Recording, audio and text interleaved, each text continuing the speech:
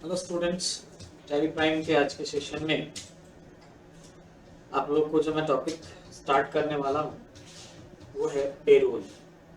बहुत interesting topic है और बहुत ही इम्पोर्टेंट टॉपिक है पेरोल। पेरोल का जो मैनेजमेंट होता है वो बेसिकली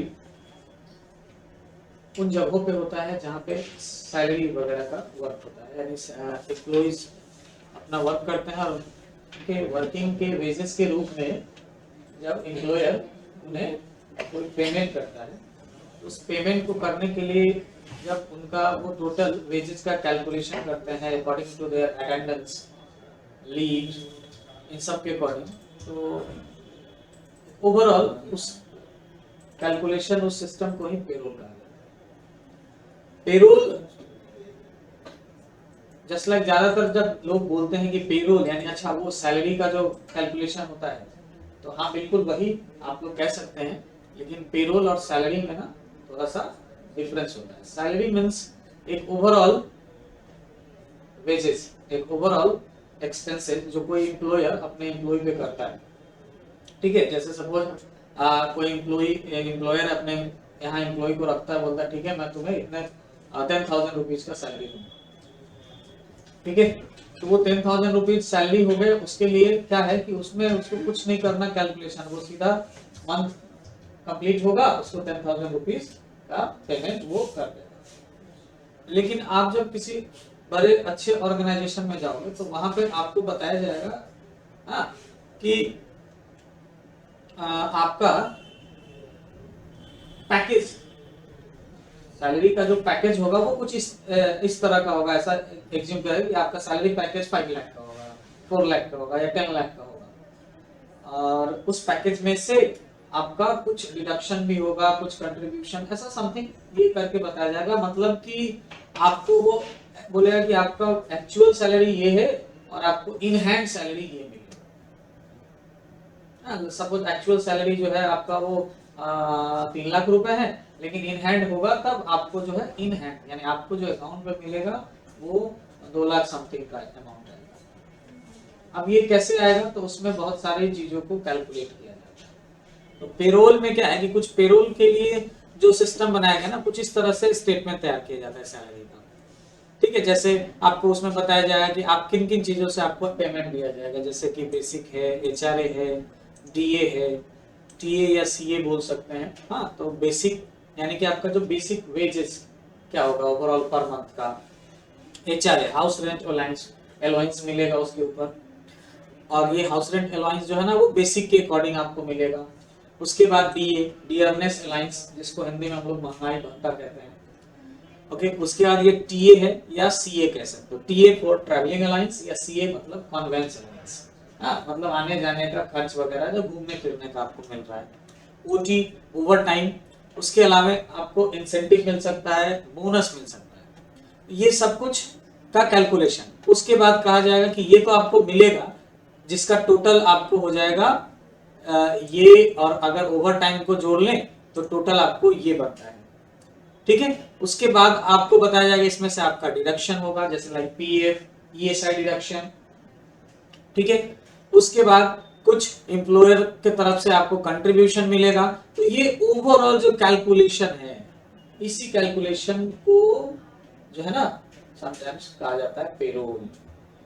ठीक है, अब इसके लिए बहुत सारे मार्केट में सॉफ्टवेयर अवेलेबल है। पेरोल मैनेजमेंट के लिए बहुत सारे सॉफ्टवेयर हैं जो आप उनका मैनेजमेंट डायरेक्ट, जो भी कोई है जो अकाउंटेंट नहीं है नॉर्मली उसको सिर्फ पेरोल का काम करना है तो वो पेरोल सॉफ्टवेयर पे कर सकता है। बहुत सारे लोग एक्सेल का यूज करते हैं, एक्सेल पे उसका वर्क, ये कैलकुलेशन, एक कैलकुलेटिव टेबल बना लेंगे, टेबल सीट, और एक्सेल पे इसका वर्क कर सकते हैं। बहुत सारे लोग जो है वो टैली एंट्री के थ्रू भी इसका वर्क करते हैं। तो हम लोग जो यहाँ पेरोल वर्क करने वाले हैं, पेरोल का जो कैलकुलेशन है, पेरोल की जो एंट्री करने वाले हैं, वो टैली के थ्रू ही करने वाले हैं, टैली प्राइम। अब आपको ये पूरा पेरोल टैली के थ्रू करने के लिए आपको टैली में करना क्या क्या होगा, तो पहले वो जानते हैं और फिर उसके बाद हम लोग पेरोल सिस्टम्स में कैलकुलेशन के लिए हमें किन किन चीजों पे, किन किन बातों को ध्यान रखना होता है, वो सब डिस्कस करेंगे। लेकिन सबसे पहले जाने कि पेरोल में टैली के अंदर कॉन्फ़िगरेशन क्या क्या होगा। तो टैली प्राइम स्क्रीन पे हम लोग आ गए हैं। सबसे पहले आपको फीचर्स होते हैं पेरोल से रिलेटेड जो कि टैली प्राइम के लिए आपको एक्टिवेट करना होता है, या जो भी टैली का जो भी वर्जन है जो पेरोल सिस्टम को सपोर्ट करता है उनमें आपको सबसे पहले tally features, payroll features activate करना होता है। कैसे करेंगे? तो टैली प्राइम जैसा कि हमने ओपन कर रखा है तो इसके लिए कंपनी मेनू में जाएंगे या फिर ऑल्ट के प्रेस कर सकते हैं आप कीबोर्ड से। तो मैंने कंपनी मेनू में गए, उसके बाद कंपनी मेनू में जाने के बाद ये रहा आपका फीचर ऑप्शन। यहाँ से आप कंपनी फीचर में जाएंगे या F11 की प्रेस कर सकते हैं। यहाँ पे सिस्टम थोड़ा सा स्लो वर्क कर रहा है। ये रहा फीचर ऑप्शन। ओके, अब यहाँ पे मैंने कंपनी का नाम पटना एंटरप्राइजेज जीएसटी रखा हुआ है। चलिए ऐसा करते हैं, हम लोग पेरोल के लिए नई कंपनी क्रिएट कर लेते हैं। उसके लिए भी हमें कंपनी मेनू में जाना होगा। कंपनी मेनू में जाने के बाद क्रिएट ऑप्शन में जाएंगे और कंपनी का नाम ही रख लेते हैं हम लोग पेरोल। ठीक है, पेरोल डेमो कंपनी का नाम रखते हैं हम लोग। एड्रेस में हम पटना डाल देते हैं, स्टेट बिहार, फाइनेंशियल ईयर 21-22 का लेते हैं हम लोग। बाकी डिटेल तो आप लोग को पता है कैसे फिल करना है। और अब हम लोग यहाँ पे आएंगे, जब कंपनी नया बनाते हैं तो ये फीचर स्क्रीन आता है टैली प्राइम में, जहाँ पे आप देख रहे हो यहाँ पे जीएसटी टैक्सेशन फीचर में आएंगे। जीएसटी एक्टिवेटेड है, टीडीएस एक्टिवेटेड है, इन्हें रहने देंगे एक्टिवेट ही, जरूरत नहीं हो तो हम इसे डिसेबल भी कर सकते हैं। अब हमें मेन चीज जो यहाँ पे ध्यान रखना है वो ये है कि टैक्सेशन से बाहर निकल के आएंगे यहाँ पे इस पेरोल सेक्शन। एंटर की प्रेस करते हुए हम लोग आते हैं, सॉरी जीएसटी डिटेल अभी नहीं फिल करना मुझे, यहाँ पेरोल सेक्शन में आ जाते हैं। ये रहा मेंटेन पेरोल, यस कर लेंगे टैली प्राइम में। उसके बाद पूछेगा इनेबल पेरोल स्टेचुअरी, इसे भी यस कर लेंगे पेरोल स्टेचुअरी को। ठीक है, जैसे ही ये यस करोगे तो आप लोगों ने टैली प्राइम के तो पूरे विंडो को देखा हुआ है। गेटवे ऑफ टैली से जब हम लोग क्रिएट सेक्शन में जाते हैं वहां पे आपने देखा होगा कि अगर हम स्टेचुअरी डिटेल एक्टिवेट नहीं करते तो वहां पे अकाउंटिंग मास्टर में सिर्फ अकाउंटिंग और इन्वेंटरी ऑप्शन आता है। जैसे ही ये स्टेचुअरी डिटेल एक्टिवेट हो जाता है तो वहां पे स्टेचुअरी ऑप्शंस भी आते हैं, जिसमें जीएसटी अगर इनेबल है तो जीएसटी, टीडीएस इनेबल है तो टीडीएस, और अभी जैसा कि मैं पेरोल इनेबल कर रहा हूं तो वहां पे पेरोल ऑप्शन भी आएगा। मैं इसे डिसेबल करके एक बार आप लोग को बता दूं तब अच्छे से समझ में आएगा। ठीक है, ये फीचर मैंने डिसेबल किया। अब देखो गेटवे ऑफ टैली पे पेरोल डेमो कंपनी में हम लोग क्रिएट ऑप्शन में जब जाएंगे तो अभी देखो क्या है, अकाउंटिंग मास्टर, इन्वेंटरी मास्टर, और यहाँ स्टेचुअरी मास्टर में देखो एक तो टीडीएस नेचर ऑफ पेमेंट्स है और यहाँ पे स्टेचुअरी डिटेल्स में ये सारे ऑप्शंस हैं, जीएसटी और टीडीएस का। अब जैसे ही मैं वापस से जाऊंगा, ऑल्ट के प्रेस किया मैंने, कंपनी मेनू में हम लोग चलेंगे फीचर ऑप्शन में और उसके बाद पेरोल डेमो कंपनी ओपन करके और यहाँ से पेरोल को हम लोग एनेबल करेंगे। ठीक है, हमने दोनों ऑप्शन यस किया। अब जैसे ही दोनों ऑप्शन यस करोगे, स्टेचुअरी डिटेल ऑप्शन भी यस करोगे, तो आपसे ये कुछ पेरोल स्टेचुअरी डिटेल पूछा जाएगा, जैसे कि company code, company account group code, company security code. ये जो डिटेल है वो प्रोविडेंट फंड यानी पीएफ डिटेल से रिलेटेड होता है। तो अभी हमने पीएफ वगैरह पढ़ा नहीं है, तो अभी इस फीचर्स को मैं ऐसे ही स्किप कर जाता हूँ कंट्रोल ए प्रेस करके, और मैं उस फीचर्स को भरना फील करना सिखाऊंगा जब मैं पेरोल, पीएफ, ईएसआई इन सब के बारे में मैं डिस्कस कर लूंगा तब। तो इतना फीचर्स एक्टिवेट करने के बाद जब आप गेटवे ऑफ टैली से क्रिएट ऑप्शन में जाएंगे तो अब आप देखोगे यहाँ पे एक पेरोल मास्टर भी लिस्ट में आ चुका है, जिसमें आपको बहुत सारी चीजें मिलेंगी। जैसे यहाँ पे देखो एक एम्प्लॉय ग्रुप है, एम्प्लॉय है, फिर यूनिट वर्क के लिए है, एक यूनिट यहाँ पे भी आता है इन्वेंट्री में। ठीक है, और यहाँ यूनिट है जो कि वर्क के लिए है। उसके बाद है अटेंडेंस और प्रोडक्शन टाइप का ये है। उसके बाद पे हेड्स, पेरोल वाउचर टाइप से। इसको अगर आप अभी यहाँ पे कितना ऑप्शन दिख रहा है, 1 2, employee group 1, employee 2, unit 3, attendance 4, pay heads 5 और पेरोल वाउचर 6 ऑप्शन दिख रहे हैं पेरोल के अंदर। अगर आप यही यहाँ से आके शो मोर करोगे, शो मोर ऑप्शन पे जाके एंटर करोगे तो आपको देखो इसमें एक ऑप्शन और मिलेगा एम्प्लॉय कैटेगरी का। ठीक है, अब ये कौन कौन से ऑप्शन किस काम में आते हैं मैं उसके बारे में थोड़ा सा डिटेल एक्सेल सीट पे चल के बता देता हूं। सबसे पहले एम्प्लॉय कैटेगरी, सबसे पहले है क्या, एम्प्लॉय सॉरी, एम्प्लॉय कैटेगरी। ठीक है, एम्प्लॉय कैटेगरी में क्या है कि आपको बताना है, जैसे क्या करते हैं ना कि पेरोल अगर हम कैलकुलेट कर रहे हैं, पेरोल सिस्टम मैनेजमेंट कर रहे हैं अपने एम्प्लॉइज का, और सपोज हम जिस कंपनी के लिए काम कर रहे हैं ना, उस कंपनी में उस कंपनी का एक ही ब्रांच है, मेन जो भी है, जहाँ पे कंपनी है, जहाँ पे वर्क कर रही है, वही उसका मेन ब्रांच है और वही सब कुछ हो रहा है, उसका अलग इधर उधर कोई दूसरा जो है ब्रांच नहीं है, या दूसरा उसको कोई ऑफिस नहीं है, तो फिर ये एम्प्लॉय कैटेगरी को यूज करने की जरूरत भी नहीं है। ये एम्प्लॉय कैटेगरी बिल्कुल वैसे ही है जैसे आपने कॉस्ट कैटेगरी पढ़ा होगा, तो उसमें by default primary cost category बना होता है, तो ये कैटेगरी वही है, प्राइमरी कॉस्ट कैटेगरी, इसमें भी वो मिलेगा बाय डिफॉल्ट बना हुआ। लेकिन यहाँ पे कैटेगरी में आप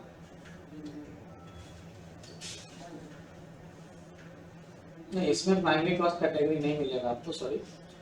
यहाँ पे क्या है कि कैटेगरी में जैसे आपको एक साथ कई सारे ब्रांच के अलग अलग एम्प्लॉइज का आपको पेरोल मेंटेन करना हो, तो आप एम्प्लॉय कैटेगरी का यूज करेंगे। जैसे आपके पास एक हेड ऑफिस ब्रांच है, एक उसका रीजनल ऑफिस है, एक उसका जो है वो ब्रांच ऑफिस जो है, ऐसा है करके अलग अलग जगहों पे ऑफिस है और उसका अलग अलग एम्प्लॉइज वहां पे काम करता है, और सबके लिए आप एक ही जगह पे पेरोल सिस्टम मैनेज कर रहे हैं, तो वहां पे आप ये एम्प्लॉय कैटेगरी का तब यूज करते हैं जैसे आप उसमें कैटेगरीज क्रिएट कर सकते हैं, head office, branch office, regional office, कि हमें किस किस ऑफिस के एम्प्लॉइज को यहाँ पे उनका पेरोल मैनेज करना है। तो एम्प्लॉय कैटेगरी आप लोग यूज कर सकते हैं तब जब more than one branches, more than one offices के लिए आपको काम करना होगा तब, नहीं तो आप कैटेगरी का यूज नहीं भी कर सकते हैं, आपको कोई प्रॉब्लम नहीं है। ओके, उसके बाद जो दूसरा है यहाँ पे एम्प्लॉय कैटेगरी के बाद वो है एम्प्लॉय ग्रुप। दूसरा ऑप्शन है एम्प्लॉय ग्रुप का। तो एम्प्लॉय ग्रुप में आप क्या करते हो, जैसे सपोज यहाँ कैटेगरी में मैंने कर दिया क्या, head office, branch office,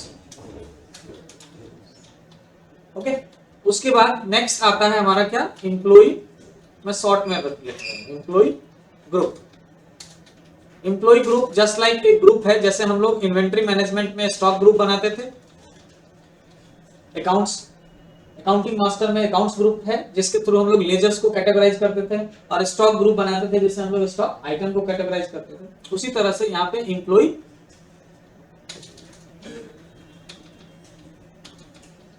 employ group है, ठीक है। एम्प्लॉय ग्रुप में क्या है कि आप वहां पे ना, जैसे अब एम्प्लॉय को ग्रुप कैसे करोगे, तो एम्प्लॉय ग्रुप करने का मतलब है कि हमारे यहाँ जो एम्प्लॉइज वर्क कर रहे हैं ना, वो अलग अलग डिपार्टमेंट में काम कर रहे होंगे। अब आपको डिपार्टमेंट कैसे डिस्क्राइब करोगे, तो ये एम्प्लॉय ग्रुप ऑप्शन ही है जो आपको हेल्प करेगा, जिसके थ्रू आप अपने एम्प्लॉइज के डिपार्टमेंट को कैटेगराइज कर सकते हैं कि हमारे यहाँ जो वर्क कर रहे हैं एम्प्लॉय हैं उनका डिपार्टमेंट कौन कौन सा है, कौन एचआर में है, कौन एडमिन में है, कौन आईटी डिपार्टमेंट से है, सेल्स एंड मार्केटिंग से कौन है। इस तरह से आप उसको कैटेगराइज करना चाहते हो अपने डिपार्टमेंट को, तो ये एम्प्लॉय ग्रुप का आप लोग को हेल्प लेना पड़ेगा। एम्प्लॉय ग्रुप ऑप्शन आपको ये करने में मदद करेगा, ठीक है।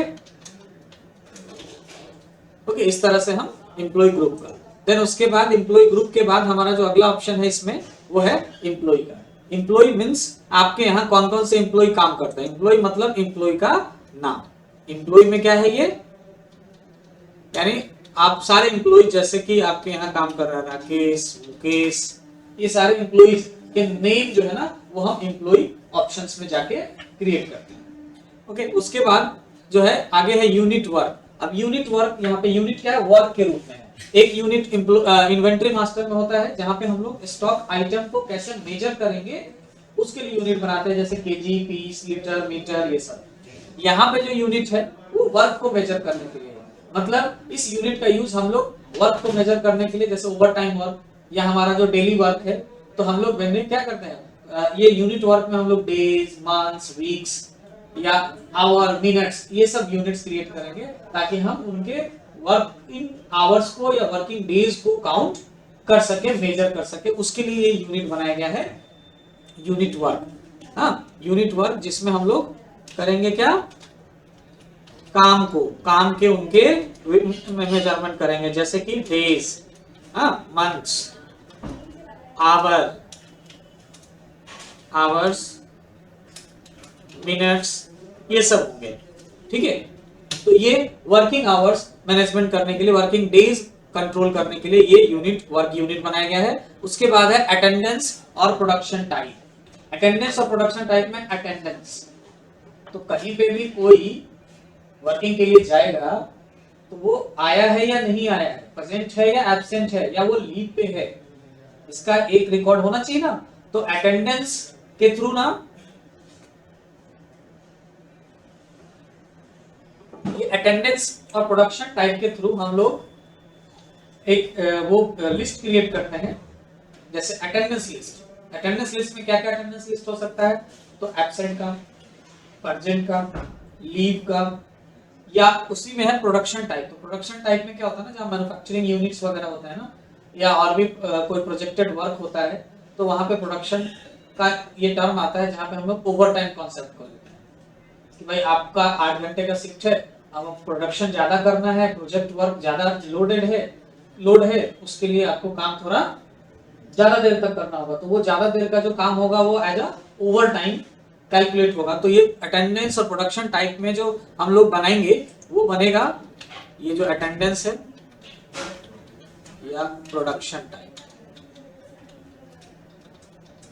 इसमें हम लोग क्या बनाते हैं, तो हम लोग बनाएंगे जैसे वो परजेंट का एक, कैसे बताएंगे कि परजेंट है कि एब्सेंट, तो वो परजेंट, एब्सेंट, उसके बाद ना लीव,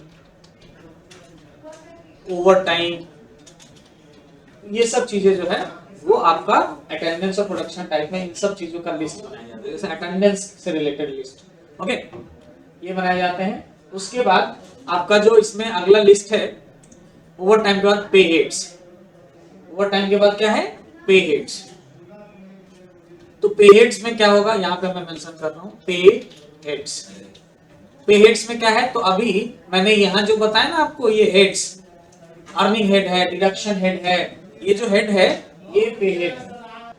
हाँ, तो हम लोग बात कर रहे थे कि हेड्स, पे हेड्स की। तो ये जो हेड आपने बनाया बेसिक एचआरए, आप एचआरए की जगह हाउस रेंट अलाउंस लिख सकते हैं, डीए की जगह डीएमएस अलाउंस पूरा लिख सकते हैं, डजंट मैटर। तो ये सारे हेड्स हैं। हेड्स मतलब आपको किन किन चीजों के लिए पे करना है। जैसे इंप्लॉयर पे करेगा इंप्लॉय को, उनका हेड्स बनेगा।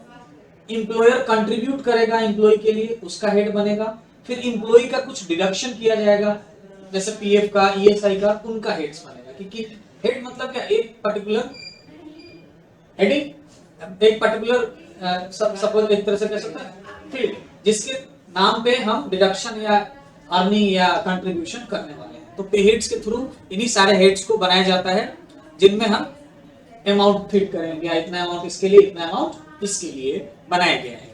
ठीक है, तो पे हेड्स के अंदर ये चीजें आएंगी, जैसे कि बेसिक,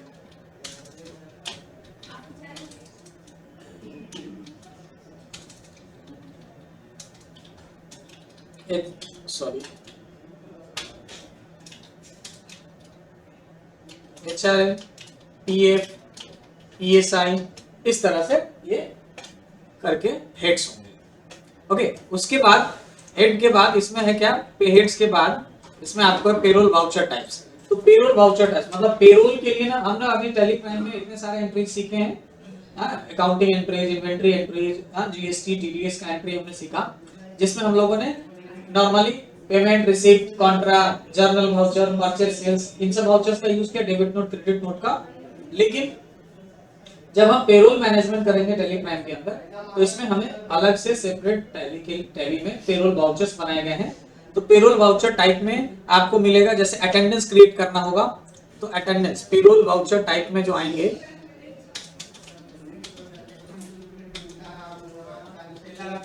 वाउचर टाइप्स में आपको एक अटेंडेंस टाइप मिलेगा, अटेंडेंस, और एक मिलेगा पेरोल वाउचर। और उसके बाद तो अटेंडेंस वाउचर टाइप में क्या है कि आप अटेंडेंस क्रिएट करेंगे, कितने दिन प्रेजेंट रहा एम्प्लॉय, कितने दिन एब्सेंट रहा, कितना कितना उसने लीव लिया है मंथ्स के अंदर, ये सारा जो रिकॉर्डिंग होगा वो अटेंडेंस टाइप वाउचर के अंदर होगा। उसके बाद उसके अटेंडेंस के अकॉर्डिंग उसका क्या सैलरी कैलकुलेट होता है, तो वो हमें नहीं करना। पेरोल वाउचर में जैसे हम उस पर्टिकुलर एम्प्लॉय का हम नाम लेंगे आफ्टर अटेंडेंस, जैसे वो नाम सेलेक्ट करेंगे ओके, और उसका जो हम सैलरी डिफाइन किए रहेंगे उस सैलरी स्ट्रक्चर के अकॉर्डिंग जो है उसका अपने आप कैलकुलेट हो जाएगा। बेसिक कितना बना, एचआरए, डीए, टीए जो भी बनना है, पीएफ वगैरह डिडक्शन, वो सब ओवरऑल कैलकुलेट ये पेरोल वाउचर के थ्रू हो जाएगा। देन इसमें एक एक्स्ट्रा वाउचर हम लोगों को यूज करना होगा पेमेंट वाउचर का, जिसके थ्रू हम सैलरी पे करने का एंट्री दिखाएंगे। उसके बाद ये जो सैलरी कैलकुलेट होगा उसके लिए हमें करना क्या है टैली के अंदर, तो वो आपको क्रिएट ऑप्शन में नहीं मिलेगा। किसको क्या सैलरी देना है, किसकी क्या बेसिक होगी, किसका उसका डिडक्शन क्या होगा, ये जो डिफाइन करने के लिए ऑप्शन आता है वो आपको K2F टैली से क्रिएट ऑप्शन में जाने से नहीं मिलेगा। जैसा कि अभी हम क्रिएट में है तो यहाँ पे वो कहीं पे भी उस तरह का कुछ सैलरी वैलरी का जिक्र इसमें नहीं है। इसमें इसके लिए ना K2F टैली से ऑल्टर ऑप्शन में जाना होता है। ऑल्टर ऑप्शन में जाने के बाद जब आप शो मोर करोगे तो आपको पेरोल मास्टर में एक ऑप्शन मिलेगा, ठीक है। यहाँ पे अभी नहीं दिख रहा क्योंकि अभी तक हमने कुछ भी क्रिएट ही नहीं किया है। तो यहाँ पे एक ऑप्शन मिलेगा डिफाइन सैलरी का। डिफाइन सैलरी वो अल्टर में ही मिलेगा, जब भी मिलेगा, क्रिएट के ऑप्शन में नहीं आएगा। डिफाइन सैलरी के थ्रू हम लोग ये डिफाइन करेंगे कि किस एम्प्लॉय को कितना बेसिक मिलेगा, उसको कितना उसका वो एचआरए है, डीए है, इंसेंटिव है या नहीं, उसका ओवर टाइम का कैलकुलेशन करना है या नहीं, वो सब कुछ हम डिफाइन सैलरी ऑप्शन के थ्रू करेंगे, जो कि अभी आपको नहीं मिलेगा क्योंकि मैंने अभी तक पेरोल के लिए कुछ भी डिफाइन नहीं किया है। बस कंपनी बनाया है, उसमें हमने पेरोल फीचर को एक्टिवेट किया है, बाकी कुछ नहीं किया है। तो ये सब चीजों को हम लोग डिस्कस करेंगे नेक्स्ट सेशन में। पहले मैं आप लोगों को बता दूंगा कि वेजेस क्या है, कैसे कैसे वेजेस कैलकुलेशन होते हैं, पीएफ का क्या क्राइटेरिया है, ईएसआई का क्या क्राइटेरिया है, ठीक है। देन उसके बाद हम लोग प्रैक्टिकल एंट्री स्टार्ट करेंगे। ओके, मिलते हैं नेक्स्ट सेशन में। Thank you.